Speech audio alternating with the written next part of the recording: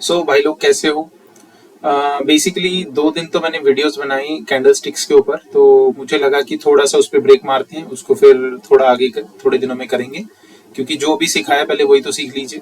But main चीज पता क्या होती है कि शेयर मार्केट के अंदर ना कैंडल स्टिक के साथ साथ और भी बहुत सारी चीजों की नॉलेज होनी चाहिए। अब वो और बहुत सारी चीजें कौन कौन सी होती हैं मैं आपको थोड़ा सा बताता हूँ। देखो, शेयर मार्केट के अंदर कैंडल स्टिक के साथ साथ आपको पैटर्न्स की नॉलेज होनी चाहिए, जो मैं बताऊंगा। लेकिन पैटर्न्स के साथ साथ मैं आपको एक बात बता दूं, जो शेयर मार्केट पे चीजें इंपैक्ट डालती हैं वो क्या डालती हैं, न्यूज डालती हैं। कल, आज मैं वीडियो बना रहा हूँ, आज 11 तारीख है, यानी कल 10 तारीख थी, और कल हमारे आरबीआई की मीटिंग थी। आरबीआई ने 3 दिन मीटिंग की थी, 8 तारीख, 9 तारीख और 10 तारीख को उसका डिसीजन आना था रेपो रेट के ऊपर। बहुत सारे लोग शायद नहीं जानते होंगे रेपो रेट क्या होती है। रेपो रेट जो वो होती है जिसपे जो होता है आरबीआई बैंक्स को लोन देता है, ठीक है ना। तो आगे फिर बैंक्स वो लोन आगे कस्टमर्स को देते हैं। तो जब भी देश दुनिया में, जैसे हमारे देश में या दुनिया में इन्फ्लेशन ज्यादा होगी तो बैंक्स रेपो रेट को बढ़ाते हैं, और अगर इन्फ्लेशन कम होगी तो बैंक्स रेपो रेट को कम कर देते हैं।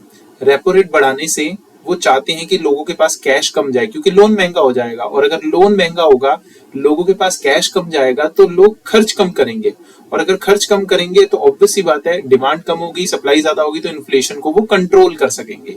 बट कल जो मीटिंग थी उसके बारे में मैं आपको थोड़ा सा बताता हूं। जैसे कि आप देख सकते हो, मैंने ये निकाल भी रखा है, यहाँ पे लिखा हुआ है RBI MPC meeting highlights RBI keeps interest rates unchanged in hawkish policy. तो देखो, मैं जब ट्रेडिंग करने आया था ना, मुझे तो हॉकिश ये वर्ड्स तो पता भी नहीं थे क्या होते हैं, तो मैं आपको थोड़ा सा बता देता हूँ ये वर्ड्स क्या होते हैं। तो इसमें क्या होता है ना, देखो आरबीआई ने ना रेपो रेट नहीं बढ़ाई। आरबीआई चाहता तो रेपो रेट बढ़ा सकता था, बट उसने नहीं बढ़ाई। हालांकि दुनिया में, चाहे वो इंग्लैंड है, इंग्लैंड में इन्होंने रेपो रेट बढ़ाई है। इंग्लैंड के बाद अगर हम बात करें यूरोप्स की, तो यूरोप के बैंक्स भी रेपो रेट्स बढ़ा रहे हैं। और जो अमेरिका है, जिससे सारी दुनिया चलती है, फेडरल रिजर्व बैंक, उन्होंने भी रेपो रेट बढ़ाई है। रेपो रेट बढ़ाने से आपकी करेंसी स्ट्रांग होती है। मेन चीज मैं आपको बता दूं, अमेरिका का डॉलर इतना स्ट्रांग क्यों हो रहा है, बिकॉज उन्होंने 40 साल हाई पे जाके क्या है, रेपो रेट बढ़ा रखी है। तो इंडिया ने रेपो रेट क्यों नहीं बढ़ाई? बट हमारे जो देश है ना, उसमें रेपो रेट बढ़ाना इतना आसान नहीं है, लोन इतने महंगे करने आसान नहीं है, ऑलरेडी हम बहुत हाई पे बैठे हुए हैं। तो इन्होंने रेपो रेट नहीं बढ़ाई, लेकिन हॉकिश टोन दी। हॉकिश टोन का मतलब ये होता है कि ये कह रहे हैं कि आगे अगर जरूरत पड़ी तो हम बढ़ाएंगे, आगे अगर जरूरत पड़ी तो हम बढ़ाएंगे, चलिए कोई बात नहीं। बट ऐसा क्या आरबीआई के गवर्नर ने बोल दिया कि भाई कल मार्केट बहुत गिरी, आज भी गिरी और आगे भी गिरेगी। अब उसका क्या रीजन है?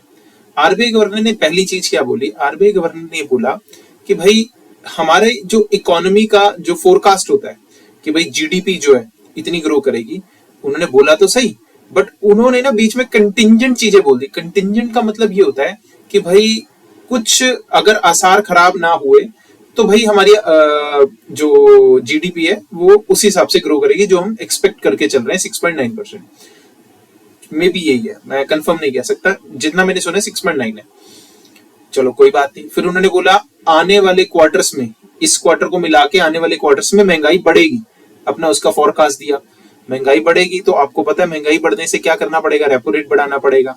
ये सब चीजें मार्केट डाइजेस्ट कर लेता है। बट उन्होंने एक चीज बोल दी जिसके कारण मार्केट में 300-400 पॉइंट की एक ही बार में बैंक निफ्टी में बहुत बड़ी कैंडल बनी, रेड कैंडल। वो क्या बात बोली? उन्होंने ये बोला कि हम सीआरआर बढ़ा रहे हैं, कैश रिजर्व रेशियो। मैं थोड़ा इसके बारे में आपको बता देता हूँ। कैश रिजर्व रेशियो में क्या होता है ना, जैसे बैंक्स होते हैं, बैंक्स के पास क्या होता है ना, जो लोन्स वगैरह वो दे देते हैं, अच्छी बात है। जो लोन्स वो नहीं दे पाते, जो उनके पास एक्स्ट्रा कैश होता है, वो कैश जो है वो आरबीआई के पास डिपॉजिट करवा देते हैं, और उसके ऊपर खाते हैं इंटरेस्ट। 6.5%, 7% उनको इंटरेस्ट मिलता है, यानी उनका अर्निंग सोर्स बन जाता है। जैसे नॉर्मली मेरे पास पैसा पड़ा हुआ है तो मैंने बैंक में जाके जमा करा दिया एज अ कस्टमर, तो मेरे को तो इंटरेस्ट मिलेगा। लेकिन बैंक्स जो होते हैं वो भी ऐसा करते हैं, बैंक्स आरबीआई के पास जाके जमा करवाते हैं। लेकिन आरबीआई ने अपनी मीटिंग में ये बोला कि हमने अभी नोटबंदी की है, 2000 के नोट बंद किए हैं, तो आपके पास क्या होना चाहिए, एक्स्ट्रा पैसा आपके पास होना चाहिए। बैंकों को ये बोला, तो आप 10% एडिशनल सीआरआर रखिए, कैश रिजर्व रेशियो रखिए। मतलब अगर मेरे पास 10,000 रुपए हैं तो उसमें से 9,000 ही मैं बैंक में जमा कराऊंगा, 1,000 रुपए मुझे अपने पास रखने ही पड़ेंगे। तो 10% तो बहुत बड़ी बात होती है। मैं तो कल एक investing.com में एक मतलब न्यूज पढ़ रहा था, तो उन्होंने बोला था कि ये तो 1 ट्रिलियन का इम्पैक्ट पड़ेगा। 1 ट्रिलियन बहुत बड़ी बात होती है। इसका मतलब ये हुआ कि अगर बैंक के पास मान लीजिए 1 करोड़ रुपए एक्स्ट्रा पड़े हैं, तो वो 1 करोड़ जाकर डिपॉजिट करवा दे, कहां पे जाके, आरबीआई में। लेकिन बैंक उस 1 करोड़ में से 10 लाख डिपॉजिट नहीं करा सकता, उन्होंने मना कर दिया। अब ये सीआरआर उन्होंने बोला ये कुछ समय के लिए, मतलब कल से स्टार्ट होगा, 12 अगस्त से स्टार्ट होगा, कुछ समय के लिए हम कर रहे हैं। अब इसका नेगेटिव इंपैक्ट क्या है? अब आप बताइए ना, जिस चीज पे आपको इंटरेस्ट मिलना है वो आपकी इंटरेस्ट, अदर सोर्स की इनकम हो गई आपकी इंटरेस्ट। तो जब आप उस चीज को बंद कर दोगे, उस चीज को मना कर दो कि भाई हम 10% तो आप रखो अपने पास, जो रूल है वो रूल है, तो बैंकों की प्रॉफिटेबिलिटी पे इंपैक्ट पड़ने वाला है। तो इसीलिए मार्केट उसको नेगेटिव ले रही है। तो ये एक तो मैंने आपको न्यूज बताई आरबीआई की न्यूज इसलिए बताई क्योंकि आपको देश दुनिया में क्या चल रहा है उसके बारे में पता होना चाहिए, अपने देश में क्या चल रहा है। हॉकी स्टॉन का मतलब होता है कि भाई ये आपको इस आरबीआई जो रेपो रेट है इसमें वो आपको कुछ आगे फ्यूचर में नेगेटिव न्यूज देने वाले हैं। हॉकिश का मतलब होता है कि हम रेपो रेट बढ़ा सकते हैं, ठीक है। तो एक न्यूज तो ये थी। अभी कुछ दिनों से आपने सुना होगा कि रिलायंस का शेयर थोड़ा बढ़ रहा है। थोड़ा आप लोगों को शायद इस चीज की नॉलेज ना हो, तो मैं आपको बताता हूं कि रिलायंस का शेयर क्यों बढ़ रहा है। रोज वो थोड़ा थोड़ा ऊपर जा रहा है, बढ़ता जा रहा है। उसका इस चीज से बहुत बड़ा इंपैक्ट है। Oil prices edge up as production cuts keeps market supported. अब आप कहोगे सर ये क्या आप बता रहे हो, मैं आपको बताता हूँ। पीछे लड़ाई छिड़ी थी, आज भी है वो, रशिया यूक्रेन की। तो जब रशिया यूक्रेन की लड़ाई छिड़ी थी ना, तो रशिया यूक्रेन की लड़ाई छिड़ने के बाद ना अमेरिका और यूरोप वगैरह ने इन्होंने ना रशिया के ऊपर क्या किया, काफी सारे सेक्शन इंपोज कर दिए। हम तुमसे ये नहीं खरीदेंगे, हम तुमसे वो नहीं खरीदेंगे। रशिया के पास नेचुरल रिसोर्स का ढेर है, चाहे वो गैस में हो, नेचुरल गैस हो गई, या क्रूड ऑयल में हो। मैं आपको एक बात बता दूं, इंडिया में ना ब्रेंट क्रूड आता है जो सऊदी कंट्रीज से आता है, ठीक है, गल्फ कंट्रियों से।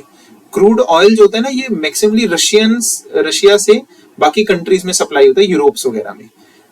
आपको एक बात बताता हूँ, जितनी भी ऐसी कंट्रीज हैं जहां पे बर्फ पड़ती है, तो उनको ना जो चीजें यूज करनी होती है ना, चाहे घर में उनके हीटर भी चल रहा हो, चाहे यूरोप की कंट्री हो, तो वो गैस से चलाते हैं हीटर। आप कहोगे सर सिलेंडर लगा देते, नहीं, उनके पाइपलाइंस पड़ी हुई हैं हर घर में। तो अभी क्या है, वहां पे गर्मी है तो वहां बर्फ नहीं पड़ रही। अब कुछ चीज मैं आपको बताता हूँ। यहाँ पे ना इन्होंने बोला कि oil prices edge up as production cuts. देखो, गल्फ कंट्रीज और रशिया ने मिलकर कहा कि हम प्रोडक्शन को कम करेंगे। देखो, प्रोडक्शन कम करने का मतलब ये हो गया कि वो सप्लाई कम करेंगे। अब सप्लाई कम करने से पता क्या होता है, डिमांड तो उतनी रहती है ना। सो सप्लाई कम करने से डिमांड उतनी है, सप्लाई कम हो गई तो रेट बढ़ेंगे। इसका सीधा इंपैक्ट पड़ता है रिलायंस को। रिलायंस रशिया से डिस्काउंटेड क्रूड खरीदता है, डिस्काउंट पे क्रूड ऑयल मिलता है। और हैरानी की बात सुनना जरा ध्यान से, यूरोप वाले रशिया से नहीं खरीद रहे, उन्होंने सैंक्शन लगा रखे हैं। लेकिन जो रिलायंस है वो किससे खरीद रहा है, रशिया से क्रूड ऑयल खरीद रहा है। और रशिया से क्रूड ऑयल खरीदने के बाद वो क्या कर रहा है, वो समझिए, उसको रिफाइन कर रहा है, इंडिया में नहीं बेच रहा। इंडिया में बहुत कम है, इंडिया में तो बहुत सारी कंपनियां बैठी हैं, ऑयल, नेचुरल गैस, ये सारी जो डिस्ट्रीब्यूट करती हैं। ये क्या करता है, पूरे यूरोप, पूरे इंग्लैंड, पूरा अमेरिका, पूरा नहीं कह सकते बट काफी परसेंट उनको बेच रहा है। आप खुद सोचिए, सस्ता खरीद के उनको बेच रहा है। रशिया से डायरेक्ट वो कंट्रियां नहीं खरीद रही, लेकिन रिलायंस से खरीद रही है। अब जब रेट बढ़ेगा, रेट बढ़ने से रिलायंस का मार्जिन बढ़ेगा। मैं आपको बताता हूं कैसे। इन्होंने तो रेट बढ़ा दिया, क्योंकि रेट कैसे बढ़ेगा, जब ये प्रोडक्शन कम करेंगे, सप्लाई कम हो जाएगी, डिमांड ज्यादा है तो रेट तो बढ़ जाएगा। लेकिन रेट बढ़ने से किसको फायदा है, रेट बढ़ने से रिलायंस को फायदा है, क्योंकि रिलायंस ने डील कर रखी है रशिया के साथ कि हम तो इतने में खरीदेंगे डिस्काउंट पे। तो रिलायंस को चीज तो सस्ती मिलेगी, बट बेचेगा तो वो मार्केट के दाम पे, बेचेगा वो मार्केट के दाम पे। तो आप खुद सोचिए, रिलायंस को मार्जिन प्रॉफिट हो रहा है, यहाँ पे मार्जिन की गेम हो रही है। मार्जिन का मतलब ये हो रहा है कि एक, जैसे मैं एक कंपनी हूं, एक रिलायंस कंपनी है, मेरे को क्रूड ऑयल मिल रहा है $85 का पर बैरल, और रिलायंस को मिल रहा है $62 का। अब मैं बेचूंगा किसमें, आगे रिफाइन करके, जो भी मेरा प्रॉफिट मार्जिन है, तो मेरे को वहां पे उतना प्रॉफिट नहीं होगा जितना रिलायंस को हो जाएगा। तो याद रखना, अभी जब से रिलायंस रशिया से खरीद रहा है, तब रिलायंस का शेयर 2200 रुपए था। तो जब ये लड़ाई छिड़ी थी तो रशिया का जब कॉन्ट्रैक्ट हुआ था तो रिलायंस का शेयर 2800 रुपए तक गया था। न्यूज बेस्ड पे रहिए। मैंने आपको लास्ट टाइम भी बताया था कि एचडीएफसी बैंक का 15% हिस्सा होता है मार्केट में, मतलब एचडीएफसी बैंक से मार्केट को ऊपर नीचे करते हैं, रिलायंस का 10% है। तो रिलायंस अगर पॉजिटिव रहता है तो कहीं ना कहीं वो मार्केट को ऊपर रखता है। तो ये कुछ न्यूज ऐसी होती हैं जो हमारी डेली लाइफ पे इम्पैक्ट डालती हैं। इसके अलावा हाँ, मैं डेली रूटीन पे तो कोशिश करूंगा जो न्यूज मार्केट में आती है मैं आपको बताऊं। बताने का पर्पस सिंपल है कि सीखिए। जो चीजें हम सीखते हैं वो चीजें अगर आप पढ़ोगे तो आप शायद इतना ना डीपली सीख पाओ, क्योंकि हम 3-4 साल, अभी तो 3-4 साल लगाए, पूरी लाइफ ही लगाएंगे इस पे।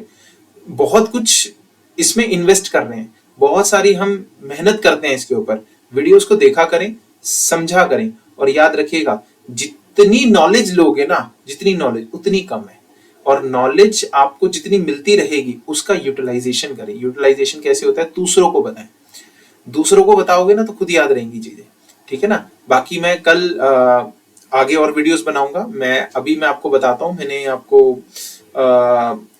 कैंडलस्टिक समझाई थी, 2 वीडियोस बनाई थी, 2 पेंडिंग है अभी मेरी। न्यूज बेस तो चलती रहेगी अपनी। इसके बाद मैं आपको बता रहा हूँ, मैं आपको पैटर्न समझाऊंगा। पैटर्न्स क्या होते हैं, जैसे हेड एंड शोल्डर क्या होता है, इन्वर्टेड हेड एंड शोल्डर। अब मैं हेड एंड शोल्डर बोल रहा हूँ तो शैम्पू मत समझ लेना, वो शैम्पू नहीं है। हेड एंड शोल्डर पैटर्न्स होते हैं ये हमारे, कि flag and pole and flag हो गया, इन्वर्टेड पोल एंड फ्लैग हो गया, ये बहुत सारे पैटर्न्स हैं जो हमें नहीं पता। तो धीरे धीरे आपको चीजें सिखाई जाएंगी। इन्वेस्टमेंट पे जोर रखिए। इन्वेस्टमेंट का मतलब ये होता है कि जैसे मैं कुछ इन्वेस्टेड, क्योंकि बहुत सारी मेहनत करके हम शेयर्स निकालते हैं और वो आपको बताते हैं कि इन शेयर्स में इन्वेस्ट कीजिए। जैसे मैंने मदरसन्स का बता रखा था, वो 3% अप गया। रैली गियर 7 तारीख को बताया था, कम से कम 20 से 25% रिटर्न 4-5 दिन में देगी अब। तो ये चीजें हैं। मेरे टेलीग्राम चैनल में डिस्क्रिप्शन में लिंक दे दूंगा, आप प्लीज ज्वाइन करें।